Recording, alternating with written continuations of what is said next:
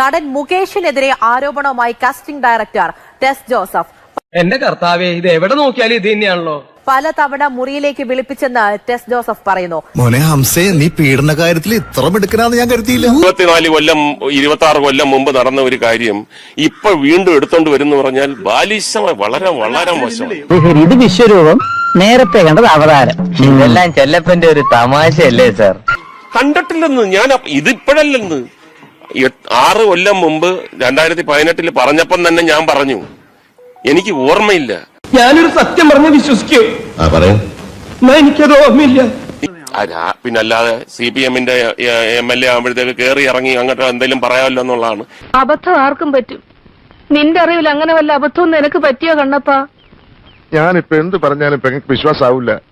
എനിക്ക് വേറൊന്നും പറയാനില്ല, എനിക്ക് ഇപ്പോഴും ഓർമ്മയില്ല. നിന്റെ ശബ്ദത്തിന് എന്താ ഒരു പരപരപ്പ്? സമയദോഷം, ജലദോഷം.